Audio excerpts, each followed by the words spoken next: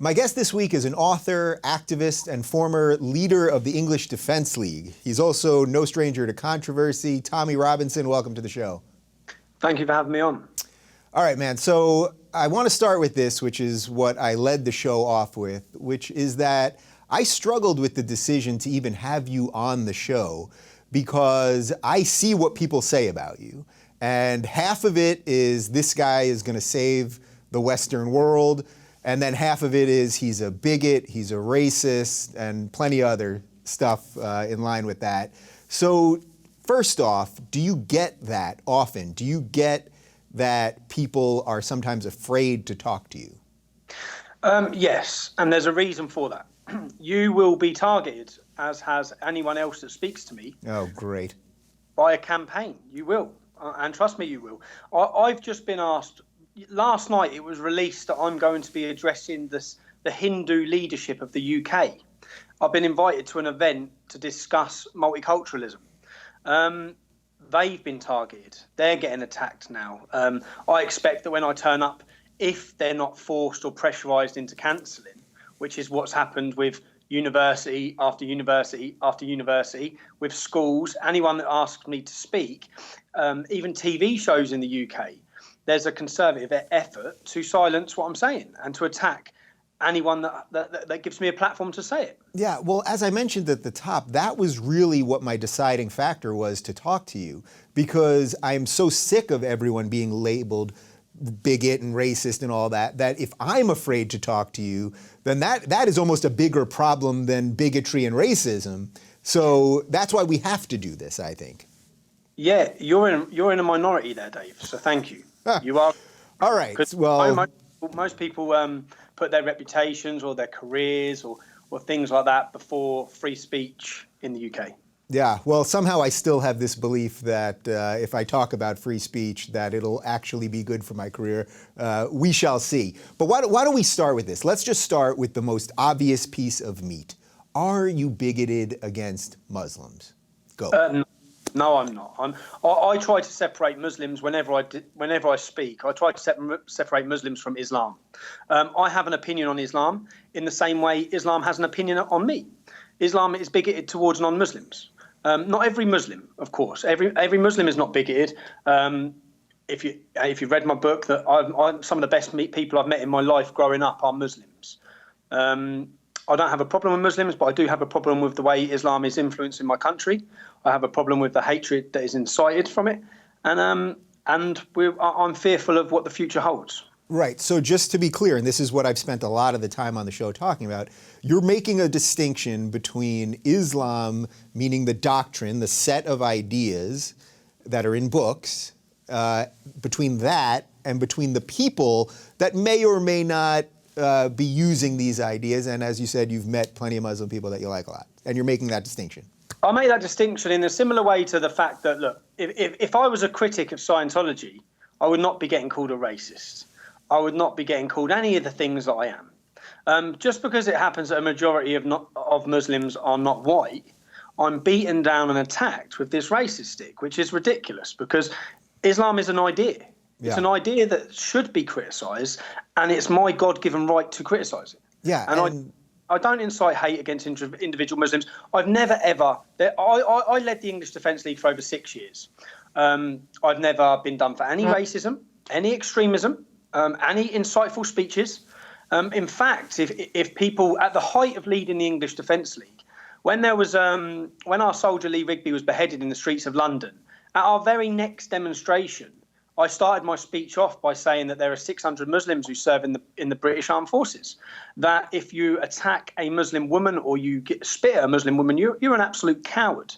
And I tried to get the distinction between some things are morally just, and I think my campaign is morally just and righteous, and other things are cowardly. Attacking houses of worship, whether they be Christian or Muslim, is cowardly. So I've done that from day one. In fact, as far as the organisation goes, we've been a moderate voice in this, but we can be completely attacked as extremists or hateful and inciting hate. Literally just this week, we're having a demonstration in the city of Birmingham, which is Britain's second biggest city. It has a large Muslim population. It has a lot of problems there. and I met a Muslim counsellor, and this is where the problem comes in. And I said to him, if an organisation is completely peaceful and there's no violence, there's no alcohol, do they have a right to come to this city and criticise Islam? And he said no. And that's where we're at. And I said, why not? He said, because criticising Islam incites hate. I said, telling the truth can't incite hate. And that's where we're being beaten down so much, because so many, and he's a councillor for the Labour Party, which is a mainstream political party. Sure. So many of these people are against free speech when it comes to Islam. Yeah, well, as my audience knows, I mean, this is really where the left has failed. And from everything that I'm hearing from my friends in the UK and across most of Europe, sadly, most of Western Europe, the left is failing everywhere. And the more that the voices of liberals are silenced, the more that the far right is going to be strengthened. You're probably somewhat of an example of that. So before we get into all the specifics and everything that's going on today, can you just tell me a little bit of your history, growing up, when you became politically active, that kind of stuff? So I grew up in a town called Luton. It's one of the most multicultural towns in Europe. When I was born in 1982, there was one mosque. Now there's in excess of 30. We have approximately 50,000 Muslims. We've had just last week 4 Muslims from my hometown, one which went to my school, have been charged with terrorism. Another Muslim who is a white convert, just again this week, has been charged with inciting support for ISIS. My hometown was the launch pad for the 7/7 attack on London's Underground, the fertiliser bomb plot, the Stockholm bomber. Some of you may remember the Stockholm bomber. Mm-hmm. He was radicalised in my hometown. He lived doors away from my auntie. Wow. So Al-Mujahideen, Omar Bakri, Abu Hamza with the hook, their head office and their organisation's base was in my town. So what's going on in that town? What's going on in that town is it has been the epicentre and the home of radical Islam, and they've been allowed, unchallenged by councils or government or police, for 30 years to plan, orchestrate, and radicalise an entire community. And we feel in my hometown after September the 11th in America, when I come out to my shops the next week, we had Magnificent 19 posters everywhere. We had posters glorifying the 19 suicide bombers. That in the local college, they celebrated. Every year after that, outside in our town centre, there was a celebration parade for the Muslims who murdered on September the 11th. That's where I live. So I've grown up from a very young age, and I have many of these what we call liberals in the UK. They're not really liberals, but or those on the left who condemn me. They shout at me, and they know nothing about the life I've lived, nothing at all to the life I've lived. They have not seen what we've seen. They don't live with the effects. And when we talk about multiculturalism in the UK, like we have our political leaders. David Cameron has come out and said multiculturalism has failed. Angela Merkel said years ago multiculturalism has failed.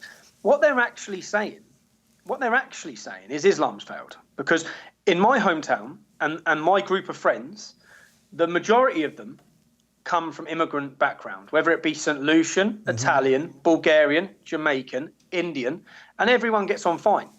And my town has been divided, not through racial lines ever.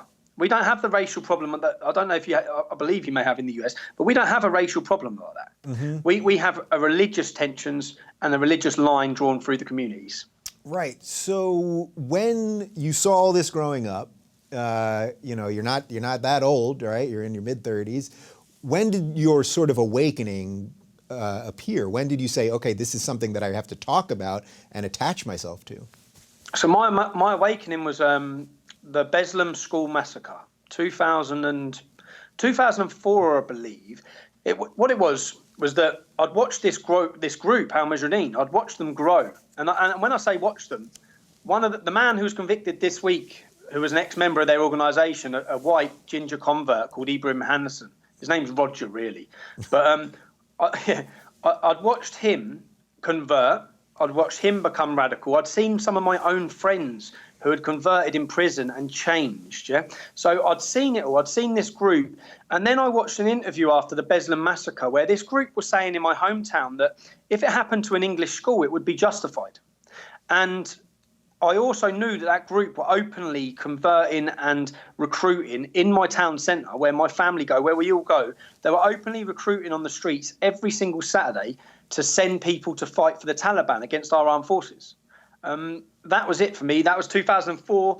I organised my first demonstration. I was aged 21 years old, and I organised a demonstration called Ban the Luton Taliban.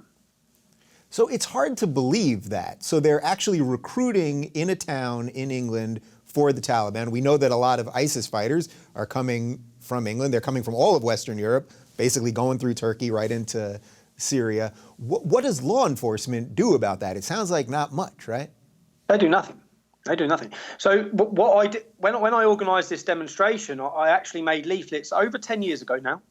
And in those leaflets, well, we're going back 12 years. So this was before people had heard of homegrown terrorism in the UK, before people have heard of these organisations. And in the leaflets, I made a point that our daughters and our sisters are being groomed, which we now know as an epidemic called grooming, which is where groups of Muslim men would get young girls and they gang rape them, yeah? And it's become an epidemic across the UK. Yeah. But it's been going on for 30 years. No one's ever spoke about it. Now, 12 years ago, I made a leaflet which went on the front page of my national news of my local newspaper, saying whites and blacks are being religiously targeted, our women are being pimped and sexually abused and prostituted by Muslim gangs. I named the Muslim gangs, I named the extremist organisations, and I stood in the town centre and read this leaflet out, where I said that we demand that the police act, we demand that the councils act. There was no action after that. In fact, all that happened was I was targeted. I was targeted by Muslim gangs. Yeah. Can some of the blame here be blamed on something related to British society that maybe we don't have here in America? America, for all our faults, and we have plenty of racial problems and all kinds of stuff, we've done the melting pot pretty well. Everyone has come here, no matter where they're from, and pretty much mixed in, bringing their traditions, and then becoming American. It sounds like, and from the emails I'm getting from Denmark and Sweden and all this, that something has happened in Europe, but I guess specifically in the UK, where for whatever reason, the Muslim population just hasn't integrated the way that other immigrant populations have. But could some of that be on the fault of the UK and not just the Muslim population? Yes, it can, yes. It can be on the fault of multiculturalists who encouraged all these people to come here, told them that their culture was equal to ours, told them that they can go back into their own communities, they can live as they did in Afghanistan, in Iraq and Pakistan. And as soon as anyone like ourselves tried to scratch beneath the surface to say, well, let's see where we differ culturally, let's see where our opinions differ, then we've been screamed down as racists. And the reality is, we need to understand, and you say it's worked relatively well in America, you have nowhere near the percent of Muslims in comparison to Europe, and it will not work well in America. And that's the warning you need to realise, is that you need to learn from what's happening over here, because you're going to face the same problems. If you have uneducated Somalians coming in uncontrollable numbers, you will face exactly the same problems I've grown up with in Luton. Yeah. If you allow Saudi Arabia, you allow Qatar, you allow Iran, you allow them footholds in your country with Salafist or Wahhabist mosques, you allow them to build schools and teach these children hatred, you will, in the next generation, be experiencing the hate that I experienced growing up. So what do you think a town like yours, where this has been growing for a long time, as you're saying, what should be done at this point? I mean, these people are citizens of the UK, so what should be done to fight these ideas? Not the people, but to fight these ideas that are spreading. What shouldn't be done is my local council spent £188,000 of taxpayers' money given to the Salafist mosque. That's a mosque that causes us huge problems. That's a mosque that when Ofsted went into it, they found books in the children's school library for how to cut off hands and feet. We shouldn't be funding them. We also should not be allowing Saudi Arabia or Qatar to fund these madrasas that are popping up left, right and centre. Mm-hmm. We should be tough on so many issues. It's knowing where to start, really. And I think towns that haven't had the problems that Luton have had should be looking to our town, looking at the infiltration. What we've seen is the way the Muslims control themselves and the way they vote, then our local council no longer care about us. They don't care because we don't keep them in power. The Labour Party are kept in power every year in Luton by 30 to 50,000 Muslim votes. So we become irrelevant. And that's vote bank politics. And we don't vote based on someone's ethnicity, or we don't vote on based on someone's religion. But the Muslim community do. That's all they vote on. Yeah, so, even as I'm talking to you, I have this feeling, because I'm a liberal, I have this feeling of, is he exaggerating this? Like, is this an act, how big is this problem? I follow you on Twitter, you tweet videos all day long of, women being attacked, either in the UK or in Germany, wherever. And sometimes I have trouble sort of figuring out how much of this is actually happening all over the place, how big of the problem is, versus is it just this micro problem? And I guess your answer would be, well, it's a micro problem in my town, but it's spreading into this big macro thing. The problem is bigger than anyone can comprehend. And that's why the political leaders, that's why police forces, that's why it's now a fact in the UK that police, social workers, councils conspired to hide these facts for decades. Yeah, can you go into that a little bit? Because there's been a couple controversies about that. Yeah, so there's been a Rubin Report, and before this Rubin Report, people used to say I was lying or inciting hate, and I just used to say it because it happened to my cousin, these similar sort of crimes, and we knew what the police reaction was then. So there was a Rubin Report, an in-depth report into one little small town in the north of England. In that small town, there's a population of male Muslims that are aged between 18 to 40. There's about 3,000. Now, in that town, they identified 1,400 young English girls who had been beaten, prostituted and raped in unbelievable numbers. Some of the girls were raped 30 times in one night. And when they've done this big report, what they've found in the report, actually, was that the council knew full well, the head of the police knew, the Muslim community knew, everyone knew this was happening. But the reason why they'd done nothing was through the fear of being branded as racists. That's how powerful political correctness is. Now, two of the circumstances in this report were that when the police turned up and there was a young girl who was 11 years old and she's being raped in a derelict house by 5 Muslim men. Now, when the police turned up, they arrested the girl for being drunk and disorderly. You've got to read the report. You've got to read the report. And also, there's another circumstance where two of the girls who were taken, and these girls go missing for days, at 12 years old, 13 years old, 14 years old, they go missing for days. Yeah? Two of the girls were taken, so the dads went to get the girls back. The girls were inside the house. The dads have gone to the Muslims' house to get them back. When the police turned up, the police arrested the English girls' dads. They left the girls. And so these sort of things, which to any of your viewers, they sound unbelievable. Right. They sound unbelievable. Yeah. They're factual. They're in a government report. This is going on across our whole entire country. This isn't just going on in our country. It's going on in Holland. It's going on across Europe. Look at what's happening in Sweden. And this comes from a mindset and a culture and an ideology that teaches them that Muslim not just, women are inferior, but not non-Muslim women like ours, they're dirt. That's how, not all Muslims, because some Muslims that I've grown up with would be as disgusted as we are. Yeah. But there is a problem. If you look at the statistics for these, not paedophilia, because the majority of paedophiles in the UK are white, which you'd expect from a 90% white country. This is a new epidemic that men share young children with their brothers, their cousins, their work colleagues. The viewing of it within the community or within the group is not viewed in a similar way to how we would. If a member of our community said, I've got this young 12-year-old girl, that you'd fill them in. Right. But this is something very, very different, and it's new to the country. And what we're seeing now, we've seen it with Cologne again on New Year's Eve. It's now been put in people's faces more than ever. And I feel I've got 2 young daughters. We have to. I was just speaking before about a professor who Angela Merkel's given a speech this week in a university, and the professor has stood up and he's heckled her, and he said, "I'm scared. I have children.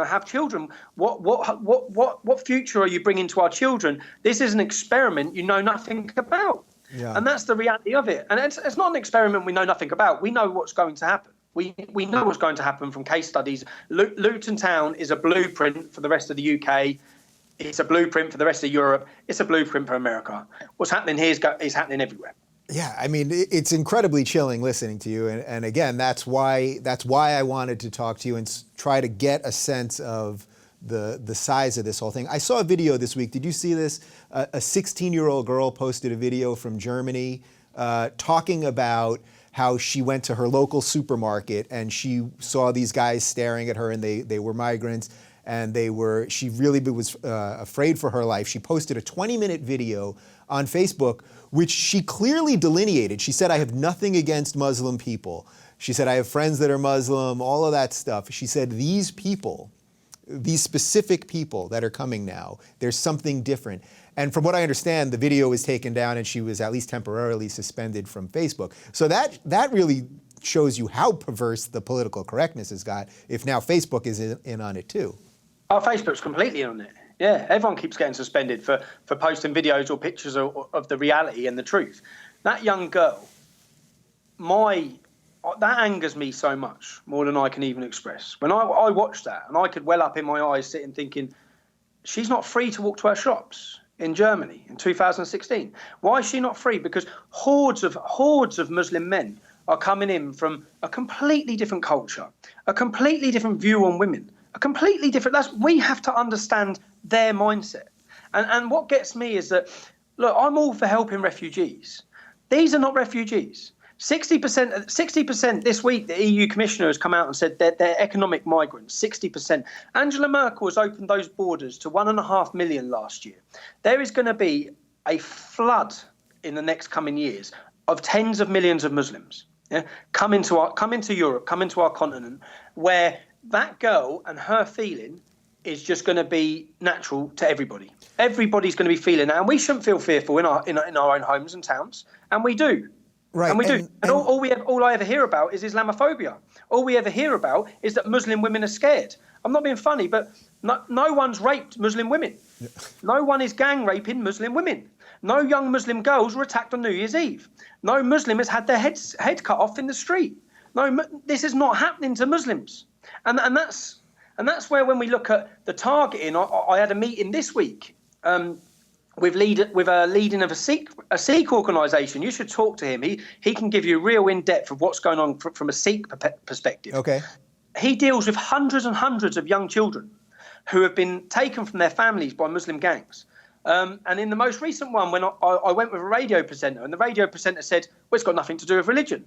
And he said, well, actually, everything they're saying to the girls whilst raping them is about religion. Yeah. It's either about religion or race. I can go through the court cases where there was a Somalian rape gang down in Bristol in the UK, and he actually said it was his religious duty to do this. It's his religion. And these are not what we're saying, it's what they're saying. They're saying, you white trash, you white filth, we'll gut you like a pig. All of these comments are being made to these young English girls, and all everyone wants to get around the fact is, oh, everyone's raping, everyone does it. No, not 90% of the convictions for street gang grooming are Muslim men out of a population of 4%. Well, I really am starting to see this as almost a disease of the mind of people on the left, because even if everything you were saying was being magnified by 20%, 50%, let's say you're totally doubling the severity of all of this, it's still a problem. And every time I hear my friends on the left talk about it, they'll immediately say, well, Christianity, there were the Crusades, or the Catholic Church has covered up molesting children for hundreds of years, all these things. No one's denying those things, right? And some of those things are still happening right now. Yep. But that doesn't mean that what you're talking about isn't a problem. So my question to you is, when in the UK did the left go off the deep end?